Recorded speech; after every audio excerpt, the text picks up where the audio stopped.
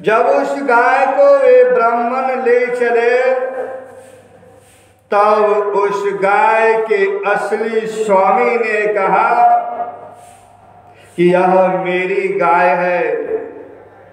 दान ले जाने वाले ब्राह्मणों ने कहा यह तो मेरी गाय है, क्योंकि राजा निग्र ने मुझे इसका दान किया है।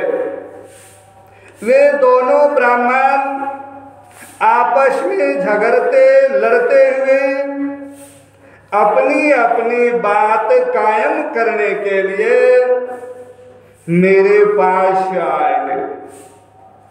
एक ने कहा कि यह गाय अभी अभी आपने मुझे दी है, और दूसरे ने कहा कि यदि ऐसी बात है तो तुमने मेरी गाय चुरा ली है।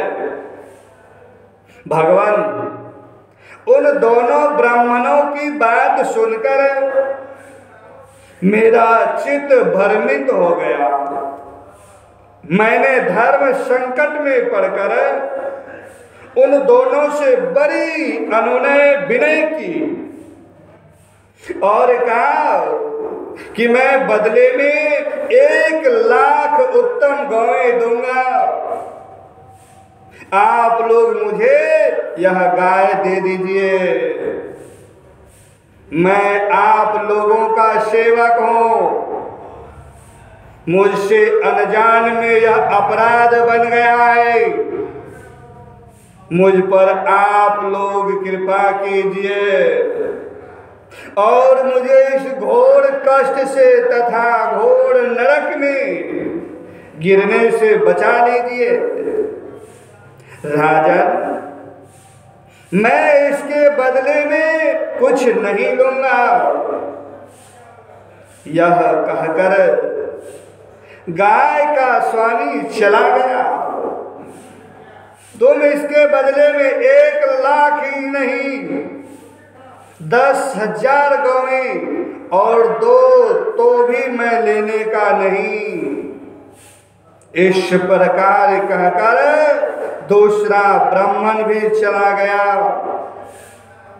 देवादिदेव जगदीश्वर इसके बाद आयु समाप्त होने पर यमराज के दूत आए और मुझे यमपुरी ले गए।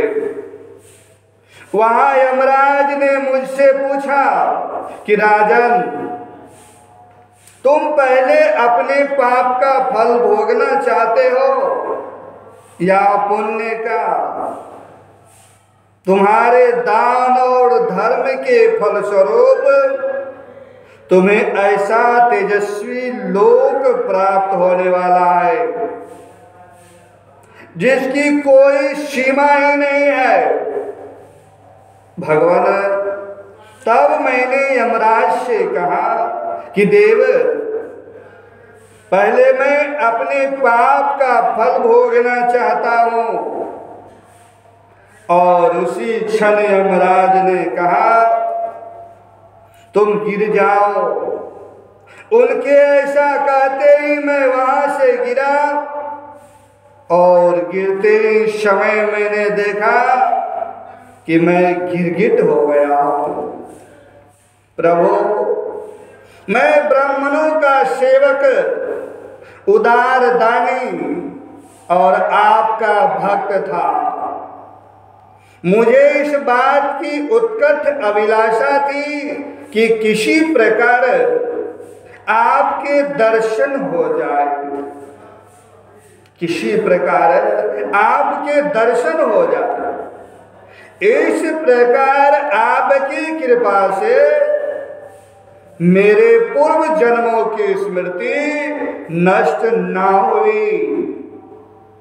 भगवान, आप परमात्मा हैं।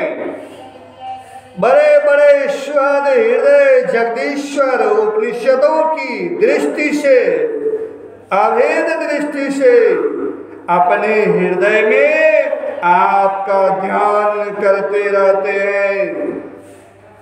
इंद्रियातीत परमात्मन